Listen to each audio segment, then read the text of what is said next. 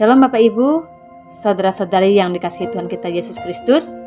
Renungan firman Tuhan pada pagi hari ini terambil dalam Yohanes pasal 9 ayat 1 sampai ayat yang ke-23 dengan tema Hidup yang mengalami pemulihan secara total. Terambil dalam ayat 9 dan 10 tertulis demikian. Kata mereka kepadanya, "Bagaimana matamu menjadi melek?" Jawabnya, orang yang disebut Yesus itu mengaduk tanah, mengoleskannya pada mataku, dan berkata kepadaku, "Pergilah ke Siloam dan basuhlah dirimu." Lalu aku pergi, dan setelah aku membasuh diriku, aku dapat melihat. Saudara yang terkasih di dalam Tuhan, mengalami pemulihan secara total tentu saja dapat terjadi karena iman percaya kita kepada Yesus sebagai Juru Selamat. Dalam Yohanes pasal 9 ayat 1 sampai 23, pemulihan secara total tersebut dialami oleh orang yang mengalami buta sejak ia lahir. Buta sejak lahir berarti dari dalam kandungan ia telah buta, atau dengan kata lain tidak dapat melihat. Namun situasinya berubah setelah ia berjumpa dengan Yesus, hidupnya mengalami pemulihan secara total. Mengapa Yesus menyembuhkan orang buta tersebut? Dalam ayat 2-3 menyatakan, murid-muridnya bertanya kepadanya, "Rabi, siapakah yang berbuat dosa? Orang ini sendiri atau orang tuanya, sehingga ia dilahirkan buta?" Jawab Yesus, "Bukan dia dan bukan juga orang tuanya, tetapi karena pekerjaan-pekerjaan Allah harus dinyatakan di dalam dia." Jawaban Yesus memberikan penjelasan yang berbeda. Orang buta ini tidak sedang mengalami hukuman dosa, baik itu dosanya sendiri ataupun dosa orang tuanya. Tetapi pekerjaan Allah harus dinyatakan di dalam dia. Apa yang kita pelajari dari firman Tuhan ini? Pertama, Yesus adalah terang dunia dalam ayat yang kelima.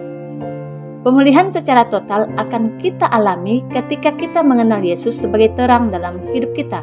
Sebagai terang berarti Yesus yang memberikan cahaya terang untuk menyinari dunia ini.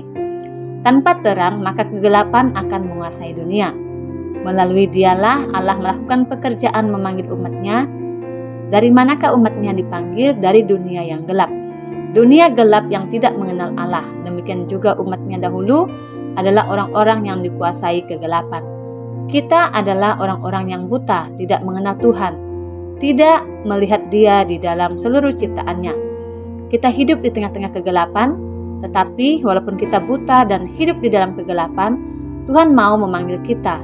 Dia memberikan terangnya dengan datang ke dunia yang gelap. Dia bukan saja memberikan terang, dia juga mencelikan mata kita yang buta, sehingga kita dapat melihat setiap pekerjaan yang Allah kerjakan di dalam hidup kita, karena terang Kristus menyinari hati kita untuk hidup di dalamnya. Kedua, hidup menjadi ciptaan baru, dalam ayat 6 dan 7. Pemulihan secara total mengubahkan hidup kita menjadi ciptaan yang baru.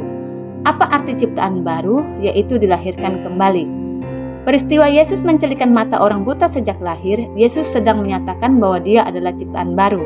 Sehingga proses untuk menciptakan kembali, Yesus harus mengaduk ludahnya dengan tanah terlebih dahulu, kemudian mengoleskannya kepada orang buta tersebut.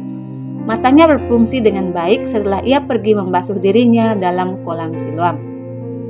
Pembasuhan ini menjadi lambang pengudusan, sekaligus menunjukkan iman dari orang buta yang disembuhkan itu. Dia tidak langsung mendapatkan penglihatannya, tetapi dia harus berjalan ke kolam Siloam. Jika ia percaya, maka dia akan pergi ke kolam itu dan membasuh dirinya, lalu memperoleh penglihatannya yang seumur hidup belum pernah dia miliki. Inilah proses bagaimana hidupnya dilahirkan kembali sebagai ciptaan baru di dalam Yesus, karena iman percaya sehingga ia sembuh dan dapat melihat.